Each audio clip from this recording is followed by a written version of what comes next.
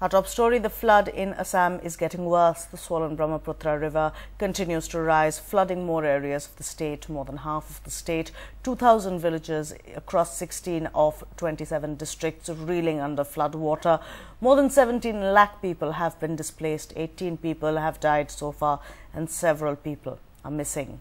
The deluge has brought with it misery and colossal losses, with homes washed away, thousands of hectares of standing crop destroyed and roads and bridges damaged. Only 2 lakh people have taken refuge so far in a total of 166 relief camps. Assam Chief Minister Gogoi has directed administration to use helicopters and mechanized boats to step up rescue and relief operations in flood-hit areas. But what is stirring up a controversy now is that while lakhs of people in his state are struggling to survive, Gogoi himself is away in Japan on a study tour. He has reportedly decided now to cut short his visit and is expected to fly into Delhi today. As a human being, I am not satisfied because the miseries of the people are too much and relief cannot be adequate.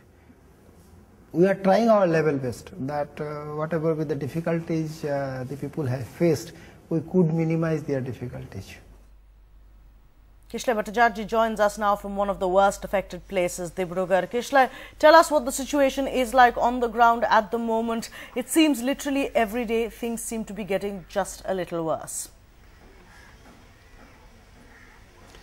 Yes, Kajuri, not just every day, every year, the Brahmaputra has been eating into the state of Assam, and that's because of a variety of reasons. But I am on the banks of the Brahmaputra in Dibrugarh. Dibrugarh has always been a very badly affected area as far as erosion is concerned, as far as flooding is concerned. Now, just to give you a sense of what I'm talking about, is that where I am right now, many years back, land was there, if the camera can actually catch. Now, that was where the land was.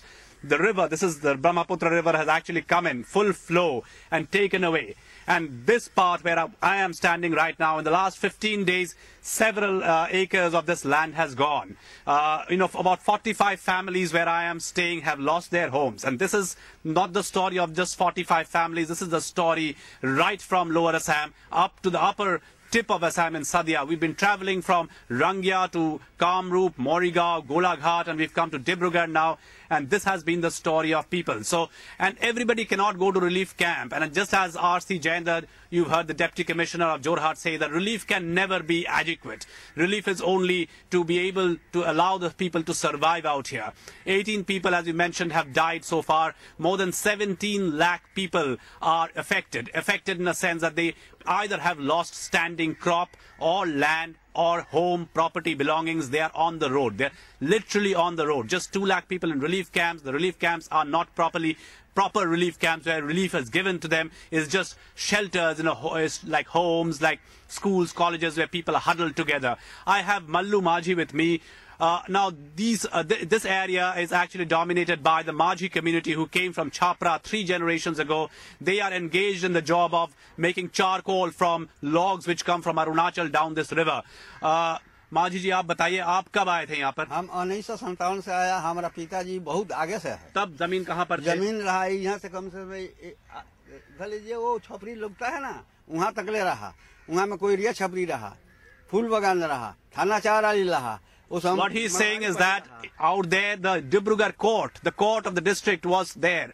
The police station was there. All that has been shifted. So it's been a constant process of shifting from there. लेकिन ये बताइए आप कह रहे थे यहाँ पे जो spars लगाते हैं सरकार, तो ये spars काम नहीं क्यों करते हैं? Spars, let me explain to you. These are porcupine spars that are put on the to strengthen the embankment. But somehow or the other, crores of rupees that are spent on these spars don't seem to work. आपको क्यों लगता है कि काम नहीं करता है? काम नहीं होता है, पैर उल्टा लगता है।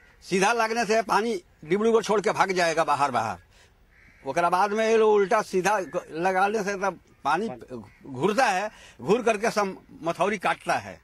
So, well, this is the same story in Majuli, which is also one of the worst affected areas. And we were there before we came from Dibrugarh. I was there at Nimati Ghat trying to see how Majuli is. And that is the largest river island, which is now completely underwater. Today, for some reason, they are being able to run the ferry services. But let's see our report from Majuli. It's been a harrowing summer for the people of Assam. Wave after wave of flood, claiming lives, taking away standing crop, destroying homes. We are at Nimati Ghat. Across the banks of the Brahmaputra is Majuli, the largest river island and one of the worst affected in this wave of flood. The embankment of the highest level has breached. In the entire island is underwater. 23,000 hectares of land completely gone, which means valued at about 28 crore. So the cumulative effect of flood is enormous, and it takes not just months but actually years for people to recover from those losses. At Nimati Ghat, Kishore Bhattacharjee for NDTV.